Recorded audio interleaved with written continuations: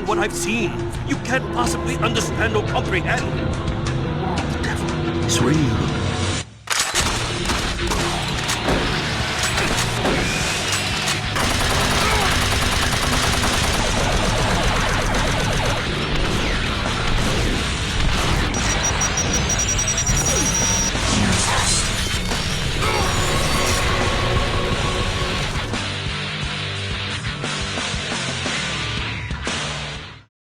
The year's 2004, and you are a self-proclaimed hardcore gamer. Excited you await such bangers like Half-Life 2, Halo 2, Metal Gear Solid 3, The Sims 2, okay maybe not that one, and Doom 3. Bloody hell, those are a bunch of sequels. You really can't wait to see id's latest masterpiece.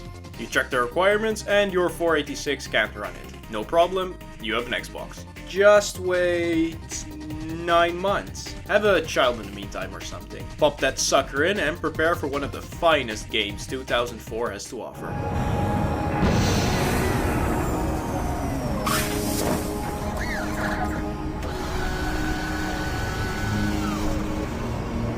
I can't believe it's come to this. I didn't want to come here. He left you no choice. True, but this is the last time. I'm tired of running damage control every time he makes a mess. Right. You're the control. And if that fails, I'm the damage. If that's what it takes, the Kruger is going to start doing things our way. Whatever you say, Counselor. Welcome to Mars. All new arrivals need to check in at reception. Welcome to Mars, Marine. I'm gonna need you to step on one of those red squares on the floor for a bioscan. This'll only take a second. Okay, let me get this started.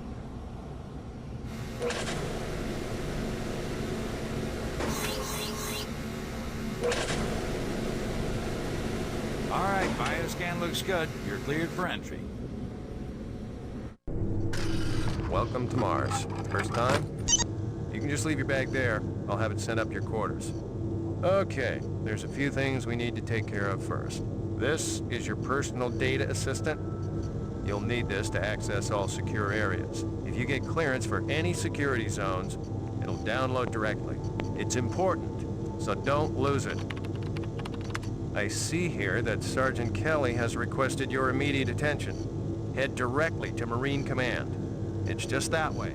Follow the signs. Some of you might have noticed that there was a little sequence cut there. This is an ongoing theme on the Xbox port. That little section in the beginning is playable on PC. Honestly, not much is lost with that cut. Let's start making our way to Marine Command. On our way over there, we listened in on some backroom dealings. Those two gentlemen we got off the ship with are Counselor Swan, a representative for the Union Aerospace Corporation, the owners of this facility, and his bodyguard, Jack Campbell. They were sent here to investigate the high mortality rate and low morale in the Mars facility. The man who they were talking to is Malcolm Betruger, also known as Mr. Bedrieger, Panio Zut, Signor Imbroglione. He is a man of many names, and says your standard scientist stuff. He needs more manpower and budget, and that amazing things are about to happen. Amazing things will happen here soon. You just wait. Unrelated, the Cambridge Dictionary describes foreshadowing as to act as a warning or sign of future events. At Marine Command, we get told to search for a missing scientist, who is most likely hiding in the decommissioned part of the facility. Let's head down and gear up. While we go look for the scientist, I think it's time to talk about the visuals, which are excellent, both from an artistic and technical perspective. We have a lot of light and dark motifs, which ties into the biggest improvement id Tech underwent, the lighting engine. The whole game is dynamically lit, so everything casts a shadow. You need to remember that this was not common at the time. Most games had baked lighting, which means all the light sources were pre-calculated, and if they had dynamic lighting, it would typically be per vertex based. And even then, this runs at a smooth frame rate.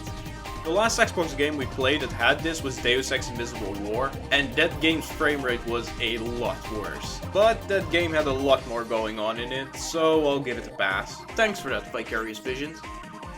Environments can look really moody, although it leans on the too dark side.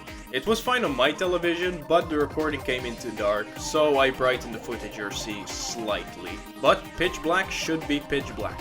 The UAC Mars facility is cramped and industrial. We hardly see a window to the outside, and when we do, we are greeted by the desolate Martian landscape, really adding to the loneliness when exploring the facility. Anyway, the missing scientist. Hey, you're looking for the scientist. I'm not sure you want to find him. You see, never mind. Foreshadowing, to act as warning or sign of a future event. Huh?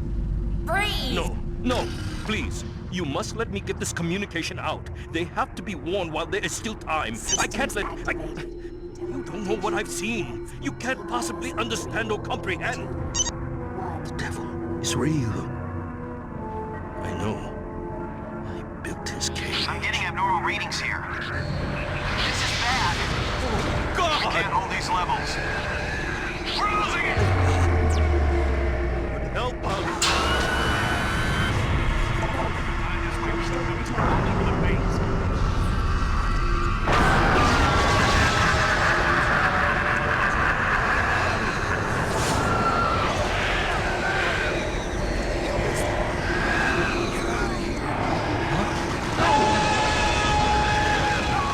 All hell is breaking loose, and our former colleagues have changed.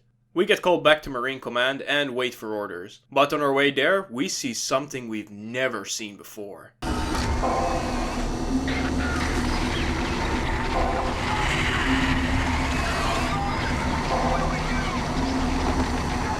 Literal demons are invading. These are imps. They make up the brunt of Hell's forces and are easy to take down. Running further, we make it to medical, where we find an audio log. This is another major part of the game. PDAs can be found throughout the base, which feed you lore and security codes. While you'll need to pick up some for the security clearance, the game never forces you to read any of them. You'll just miss out on a lot of goodies. I really like that the audio log keeps playing even when you put your PDA down. Keeps the action going. I think it's time to tackle the movement. Let's first have a look at the controller layout. This game is one of the best features I've ever seen in a console game. A dedicated quick save button. Tank? Fuck after the last game. Other than that, we have a pretty unique use for the D-pad. We can map a weapon to each side, allowing us to quickly swap between at least 4. I think these two features make this, and I'm not joking here, the best controller layout I've ever seen. I would have liked it if the D-pad had a Half-Life-like selection, allowing you to quickly swap between all the weapons. But, like I said, this is already one of the best. As for the aiming itself, we have a mild lock-on when shooting, allowing us to focus on dodging enemy projectiles. It locks onto an enemy's center of mass, which is no problem since there is no locational damage. Scrap that, apparently there are headshots? The game never tells you, and neither does the manual, which is fucking sick. Some cool facts in this one. The auto-aim does deduct somewhat from the horror aspect. It will lock onto enemies even when they are shrouded in complete darkness. To round off the movement, we have something new for Doom. And that's a sprint button. Better said, we now have a sprint button with a stamina bar. It's a flat movement increase, so keep it pressed during combat. Anyway, back at Marine HQ. Connection established. Marine. I can't believe you're still alive. I'm unable to return to Mars City. All passages out of the Delta complex have been blocked. I'm setting up a command post here. I can monitor status reports of the entire base from Delta Central Authority and communicate with other Marine teams. It's your mission to link up with Bravo Team and get that transmission sent. Head toward Alpha Labs. It's the fastest way to find them. I'll update your PDA security clearance from here. Good job. And good luck, Marine.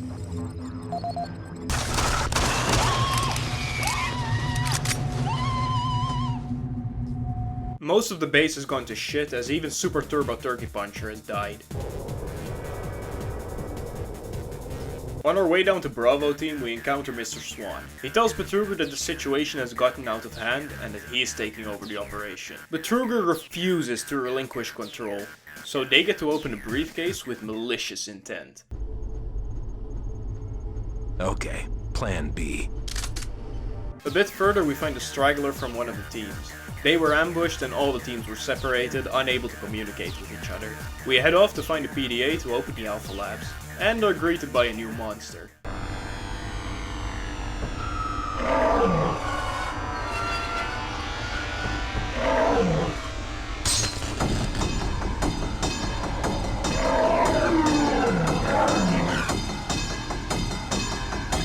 Slinkies are the bullet sponges that block doorways. If they manage to close the gap, they will maul you in close quarters. We find a PDA in what seems to be an average tech CEO meeting. We prowl through the Alpha Labs until we meet another fresh face.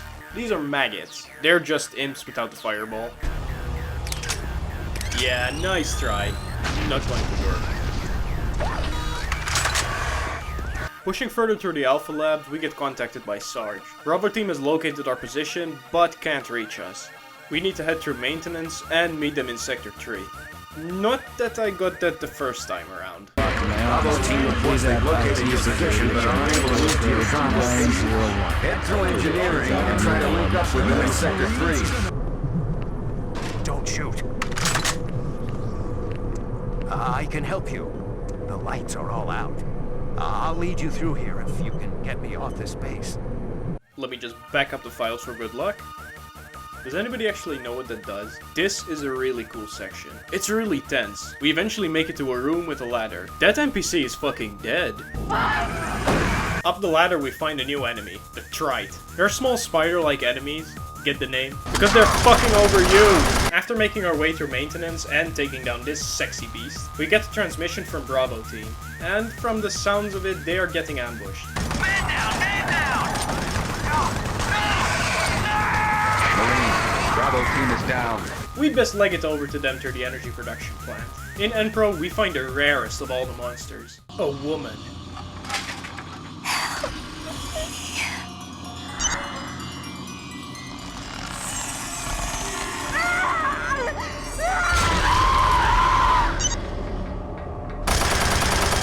Virginity protected. We push our way further through Enpro and finally meet up with Bravo team. They've been hit hard and only one survivor is left. He gives us a transmission card before being slain by a new enemy. This is a raid. They teleport around and try to slash you in melee. They're weak to gunfire. With all of Bravo team wiped out, it comes to us to send a message for reinforcements. We take some shortcuts over the Martian soil and fight some newly introduced cack demons. Doom's flying meatballs. Riding a maintenance trolley and getting the only power-up in the game, Berserk, which turns the game into one of my schizophrenic episodes. We make it to communications. Marine, are you at the communications facility yet? You gotta get that message to the fleet now. Watch out for Campbell and Swan. Those UAC suits don't give a damn about what happens to any of us. Let's get a move on.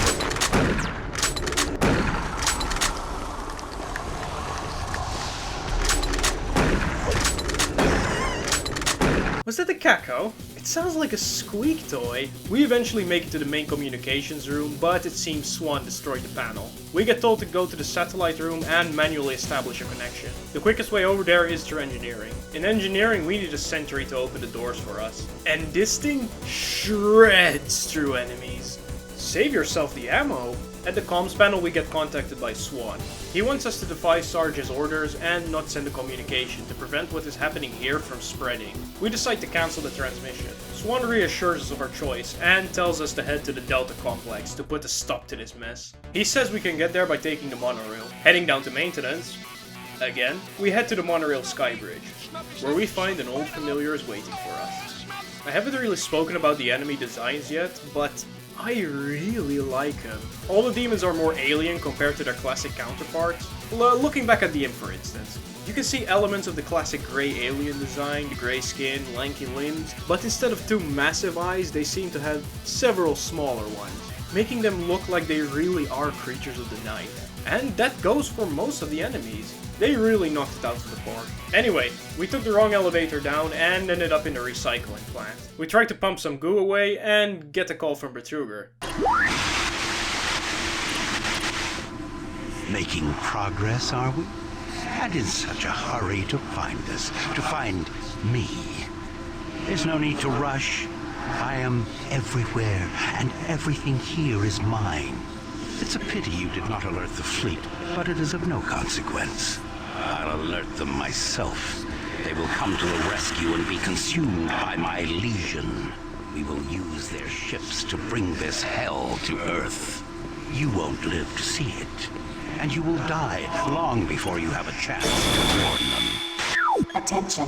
Betruger, living up to his German heritage, starts filling the chamber with gas. We try to leave the chamber, but the door is locked by the computer. Run over to another console and override the lockdown. Past the door we find these cherubs, they're called. They deeply unsettle me. They're basically stronger trites. The air is getting kinda dense.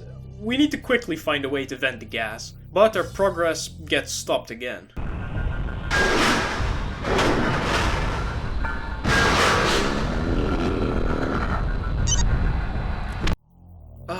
Fresh air. Let's head to the monorail. As we head up, we gain a sneak peek of an upcoming enemy, and how Betruger wallows them to his side. There is no death for you.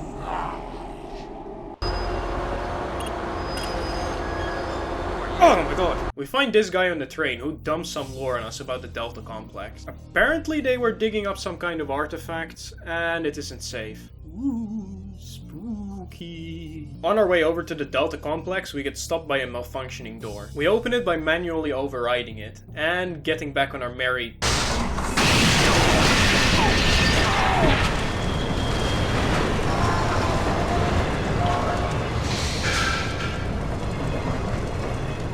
I guess we still have to leg it for the rest of the way. The power seems to have been cut in the Delta Labs, so our first order is to get it back up, making it to some kind of central command where we try to reactivate the power. But it seems a critical component was stolen. We further scour the base and find the missing piece. We place the data linker back, but the reactor seems to have trouble. Core offline. Look at you, hacker.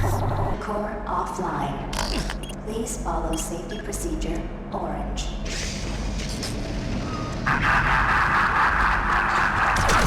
My expectations have been subverted. We power up the reactor and GTFO.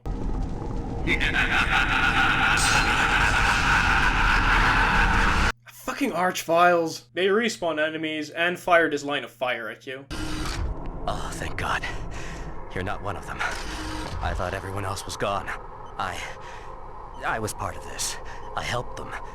The madness of opening to another dimension. Look, we don't have much time. We let it through. The evil, the protective stabilizer on the portal just failed after Betruger took the device. It was an artifact we had found in the ruins. He took it into the portal, and hell followed him out. You have to help me first. Let's head further into the Delta Labs. We need to recover a plasma inducer to reactivate the portal to cross a lethal gap. And while looking for it, we find an interesting piece of hardware.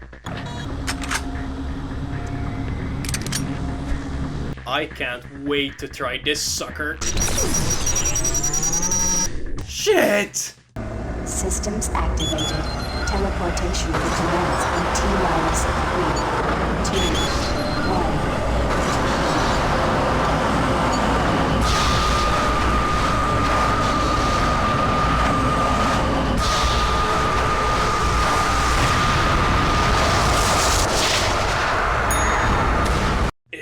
Wasn't pleasant. What a useless teleporter, by the way. Might as well just have built a bridge. Further ahead, we discover how far the research into teleportation went. They were collecting specimens from Hell, and now for one of the spookiest segments. This part of the base has gone completely dark, and your only source of light is his captured inn. Unlike the last time, our light source does not wait for us.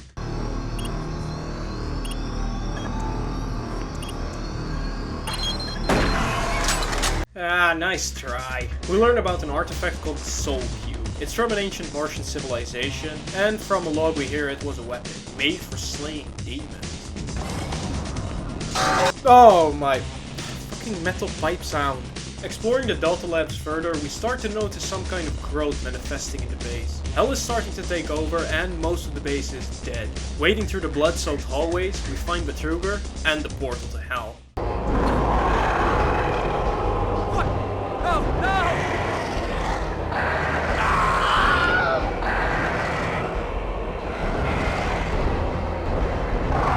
These are Hell Knights. They have the same moves as Imps, so Fireball and Melee. But unlike Imps, Hell Knights hit the gym and will show you who is boss. Time to use the BFG. Oh shit, I forgot you have to charge it. Your hell awaits.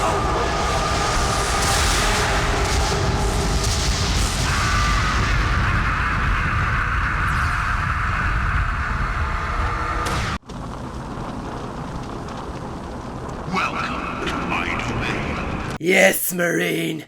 Welcome to hell, also known as Brazil. I really like this rendition of it. It feels very demonic. All of our weapons were lost during the teleportation. We scour hell for weapons and this soul cube Betruger seems to like so much. After throwing another temper tantrum, we find this beast.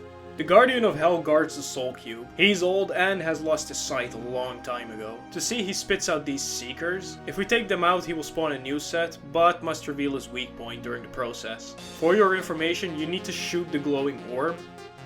Duh, I guess. But the game doesn't give you any feedback if you're doing damage.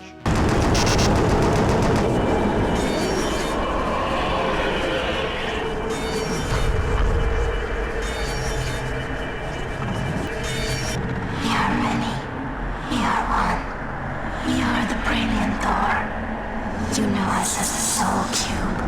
Free us from our eternal prison, and we will help you. Vanquish our enemies, and we grow stronger. Listen for our call, and then free us to smite down the evil.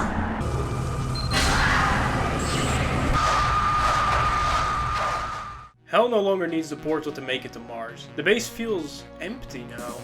Like, really everybody is dead. We need to put a stop to Betruger and seal the portal to Hell before the fleet makes it to Mars and spreads it to Earth. Running around the facility, we find a familiar face. Counselor Swan lies dying on the floor. He tells us that Sarge has fallen to the evil. We take his PDA and go after Campbell. The corruption is taking over the facility. It's even got into the information stations. Remember kids, virgin blood is best. At Central Processing, we run into an obstacle. One of the door panels broke. Let's go and find a replacement. Locker 669, and it's about porn. Stay classy, it. Let's grab that panel and head back. Behind the door we find Campbell injured on the ground. Sarge got to him and took his BFG. And with that final warning, he dies.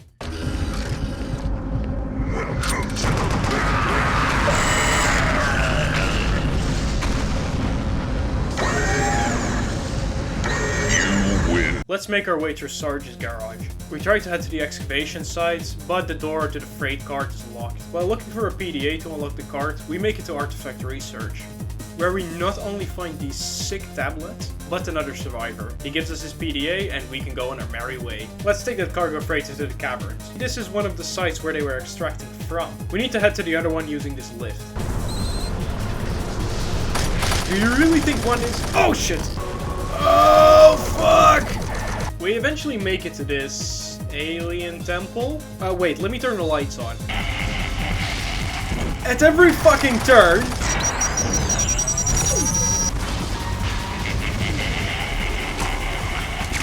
In the temple we have a series of combat encounters and alien artifacts, including this thing, the Chamber of the Hero. Who was he? Is he still alive in that thing? It would take about 12 years until we got an answer. But hey, that's just a theory. A doom theory.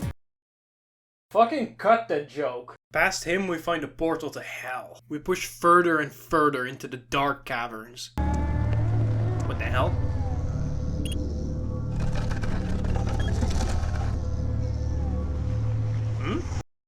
Oh, that's cute. Let's go kill the final boss.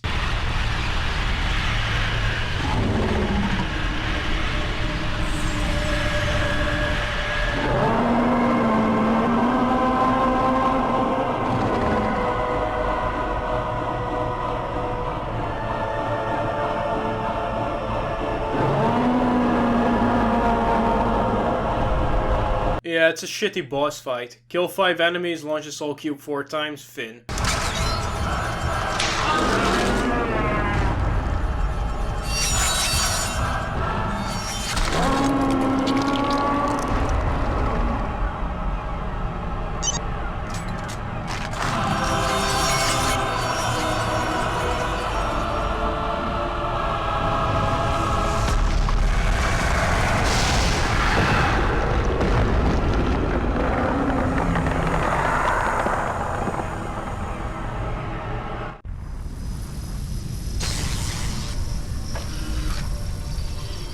Zulu, this is Echo 1. Give me a visual status.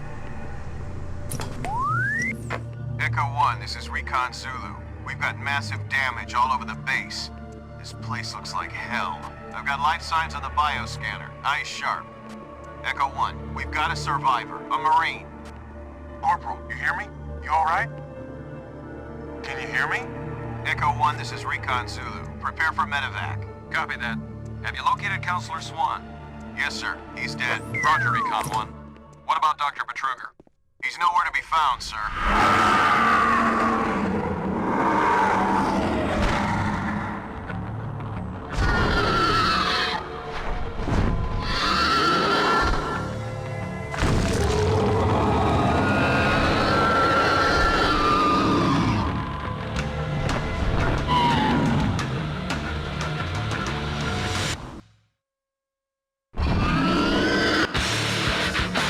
We are the sole survivor, and Betruger is sealed in hell, leading nicely into Resurrection of Evil, which I don't have for the Xbox. I'll come back to that one later. Doom 3, a pretty decent game. It does get a bit stale and predictable toward the end, and the game is not much of a challenge. At normal, at least. There is a nightmare mode where you take a lot more damage, health drains to 25, all medkits are removed, but you start with the Soul Cube. If you have an Xbox, definitely get it. Otherwise, I'd recommend getting the original PC release, not the BFG edition. It has a couple of changes, like more ammo and the duct tape torchlight, ruining several of the most hard-hitting sequences. Next time, we're looking at a game published by God.